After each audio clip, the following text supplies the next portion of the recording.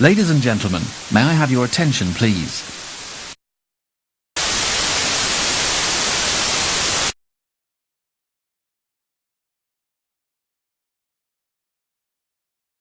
"50 years ago, a lot of the people we're talking about today were very young. So youth is a major part of any change. Can we have Jedidiah Brown of the Young Leaders Alliance? Check it out, check it out. Thank you. Thank you, Du-Sable, for this awesome opportunity. Sitting here with heroes of mine like Father Mike, good friend Ramon. I'm standing here today in the footprints of John Lewis, who 50 years ago represented the student activist nonviolent part of the march. 50 years ago, Lewis said, "We want our freedom, and we want it now." 50 years later, are we free? Are we free when the Voting Rights Act has been crippled? Are we free when we see schools closing in our neighborhood and we have no say-so? Are we free when we are afraid to let our children be children because they're slain in their own community? John Lewis said, "We will not wait for the courts to act, for we have waited hundreds of years." Well, I say we waited 50 more. Dr. King made it clear, nobody else can do this for us. No document can do this for us. No civil rights bill can do this for us. For if we are truly going to be free, we must move down into the inner resources of our own soul and sign with the pen and ink of self-asserted manhood our own Emancipation Proclamation. We cannot address black excellence nor black power until we can again say it loud, declaring and meaning, I'm black and I'm proud. My black is beautiful. We need to sign ourselves over to freedom. The Emancipation Proclamation was signed over 100 years ago.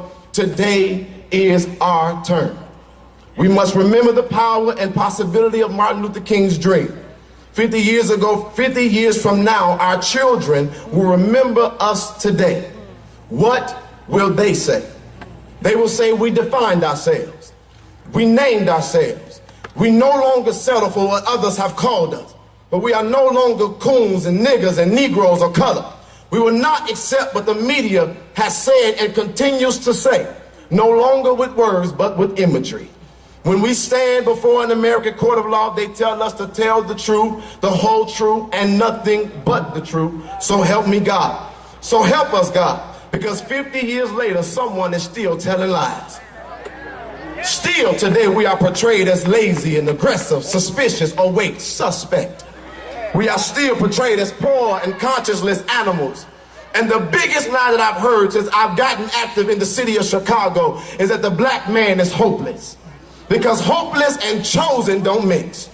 Through racism, through slavery, through prejudice, through stereotypes, through disenfranchisement and unlevel playing fields, God didn't bring us this far to leave us now.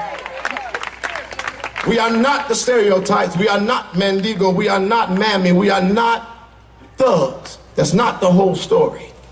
We are Janila. We are Jedidiah. We are Trayvon Martin. And our souls need cleansing. And while our souls need cleansing, America's souls need cleansing too. If she will not acknowledge the color that made her great, why should I fear competing in an interview for a job with another race? Why should I feel inferior to any man, praying and hoping that Allah will give me my God-given right to life, liberty, and the pursuit of happiness? This is our America too. And we know about the American dream. It is time that it became black reality. That no longer we wait, but we stand unified and begin to create. Black men are great, and it is not enough to have one black president. But let's elect a president so dark that it'll make every racist cringe every time they wake up in America. And let's show our children that they need to understand black power at the polls, black power in their own village, and black power in their inner cells. Representative Lewis said, we cannot be patient. We do not want freedom gradually. We want freedom, and we want it now. Economic slavery must end, And we must stop spending our $1 trillion spending power in other communities that leave our own on welfare, leaving us waiting for the government, waiting for permission and waiting on a dream. As I conclude, we won't wait for Dr. King's dreams 50 more years. Our generation was born to make it manifest. And I can't speak for anybody else. But Young Leaders Alliance, even though we are culturally competent, but Young Leaders Alliance, had enough. Even though we are and we will not wait for freedom.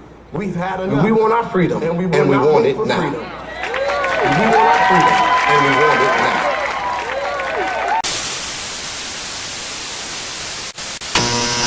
now. Ladies and gentlemen, may I have your attention, please? At this time, is experiencing a temporary delay and has ceased operation. We're unsure how long the delay will be, but hope to be back in operation soon.